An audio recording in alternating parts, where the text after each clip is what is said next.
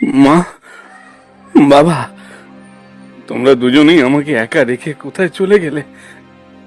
এখন আমি কি করব? তোমাদের দুজনকে ছাড়া আমি কিভাবে বাঁচবো? রতন কাঁদছিল। ঠিক সেই সময় হঠাৎ সে একটা আওয়াজ শুনতে পায়। রতন, ও রতন, তুমি কোথায়? কি ব্যাপার? কোথায় গেলে? ঘর থেকে বেরিয়ে এসো। কি হয়েছে বাবু? কি ব্যাপার? তুমি আমাকে ডাকছো কেন? ডাকছি কেন মানে? তুমি কি কিছুই বোঝো না নাকি? আমি বাড়ি ভাড়া নিতে এসেছি। আমাকে গত মাসের ভাড়া এবং এই মাসের ভাড়াও দিতে হবে। যাও, আমার বাড়ি ভাড়াটা নিয়ে এসো। কিন্তু বাবু, আমি তোমাকে কোথা থেকে ভাড়া দেব? আমার বাবা মা আমাকে এই পৃথিবীতে একা ফেলে রেখে চলে গেছেন। হ্যাঁ হ্যাঁ, আমি জানি তোমার বাবা মা তোমাকে একা রেখে পরলোক গমন করেছেন, কিন্তু এখন আমার ভাড়াটা কে দেবে? দেখো রতন, তুমি আমার ভাড়াটা দিয়ে দাও, নইলে আমার বাড়ি থেকে বেরিয়ে যাও। কিন্তু বাবু, আমি এখন কোথায় যাব? এই পৃথিবীতে আমার আর কেউ নেই। বাবু, আমার উপর একটু দয়া করো, একটু দয়া করো। হুম, যদি আমি এভাবে চলতে থাকি তাহলে একদিন আমাকে মানুষের বাড়ি গিয়ে ভিক্ষা করতে হবে। তুমি এবার এ বাড়ি ছেড়ে চলে যাও। বাবু, আ- আমার উপর দয়া করো। এই গ্রামে আমার আর কেউ নেই। আমি কার কাছে, কোথায় যাব? আমি তোমাকে আবার বলছি, এখান থেকে চলে যাও। বাড়িওয়ালা রতনকে বাড়ি থেকে বের করে দেয়।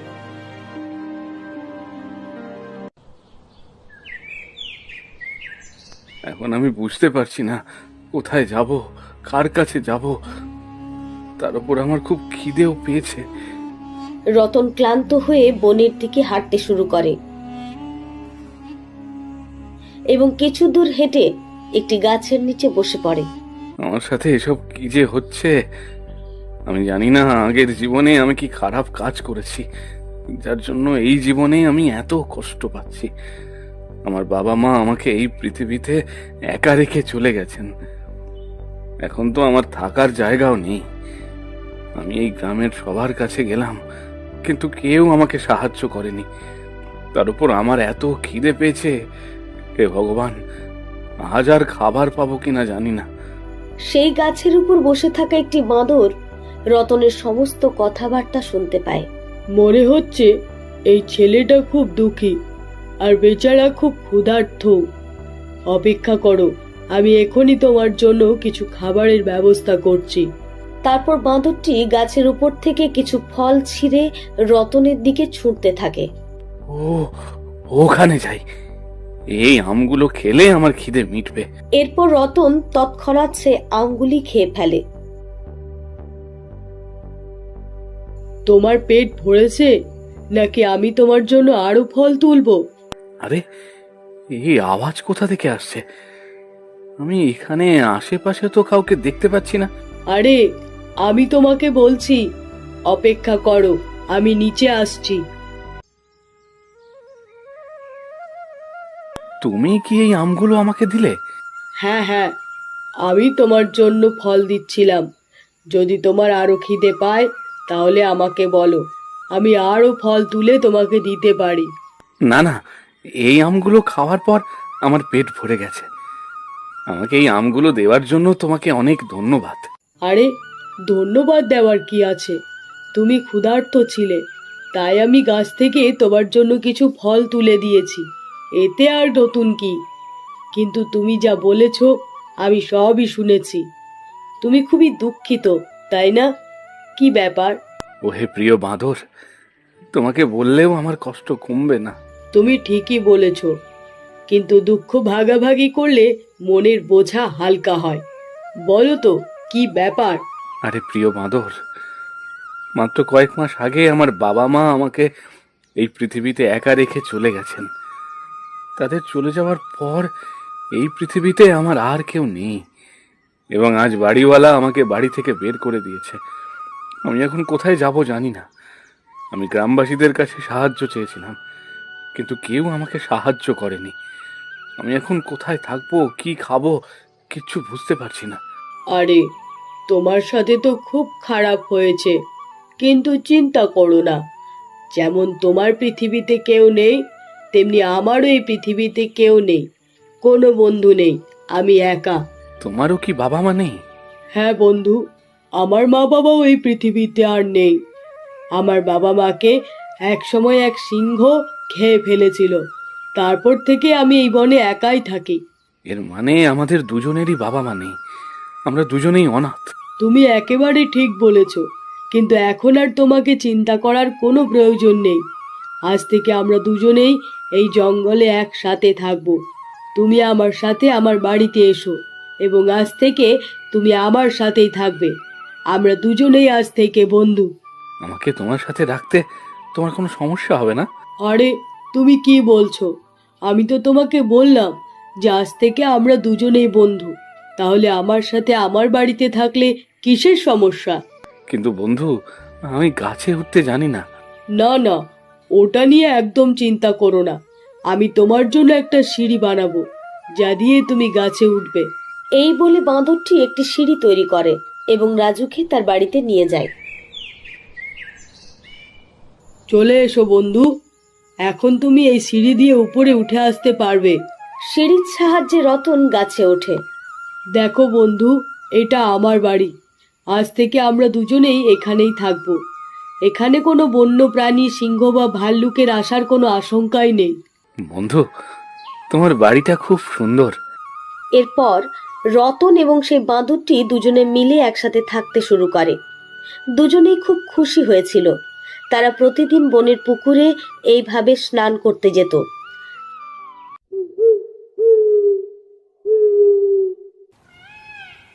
এইভাবে বেশ কিছুদিন কেটে যায়। বন্ধু, তুমি এখানে থাকো, আমি চট করে গিয়ে আমাদের দুজনের জন্য খাবার জন্য কিছু ফল নিয়ে আসি। এই বলে বাঁদরটি ফল আনতে যায় এবং সে একটি শিকারীর খপ্পরে পড়ে। যাক, অবশেষে আমি একটা শিকার খুঁজে পেলাম।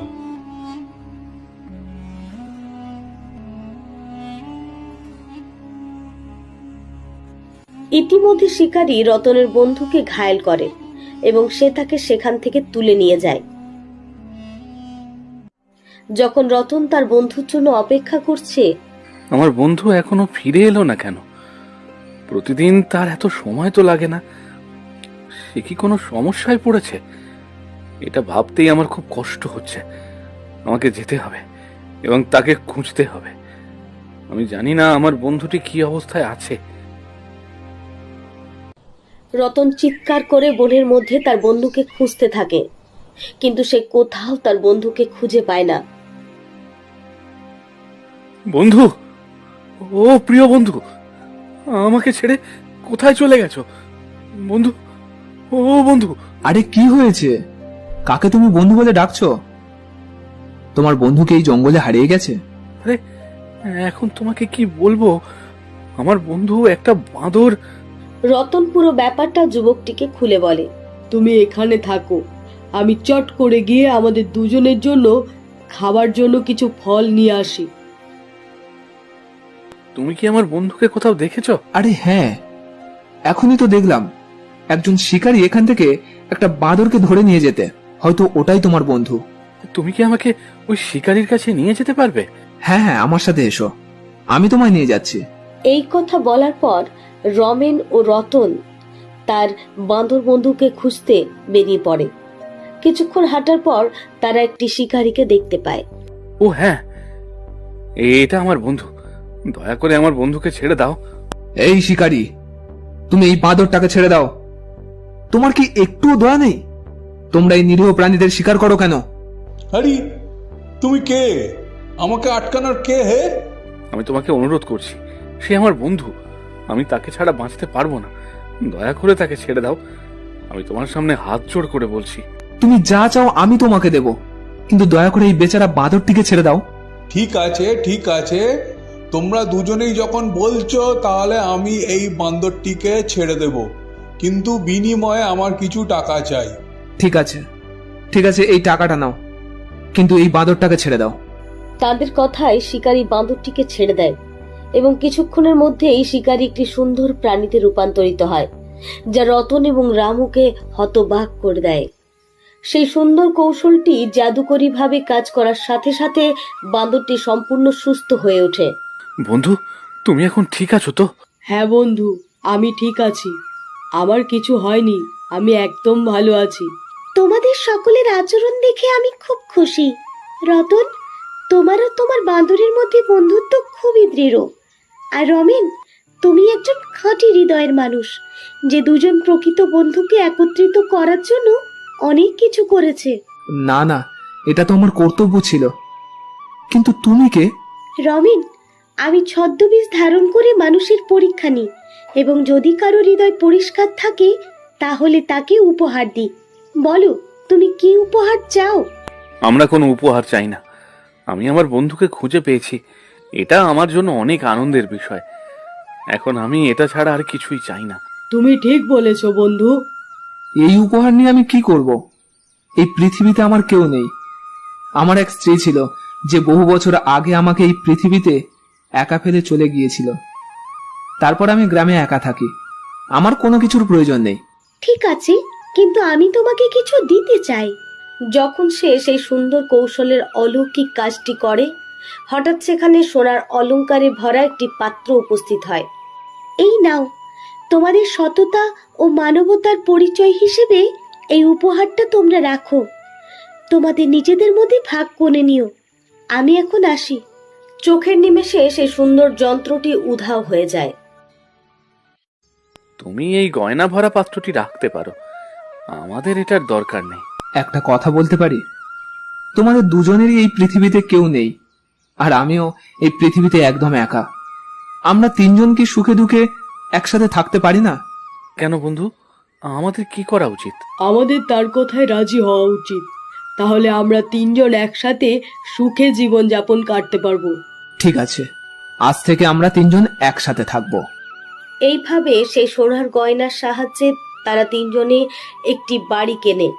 আর রতন, রামু আর সেই বাঁদরটি সেই একই বাড়িতে তিনজনের সুখে জীবনযাপন করতে শুরু করে।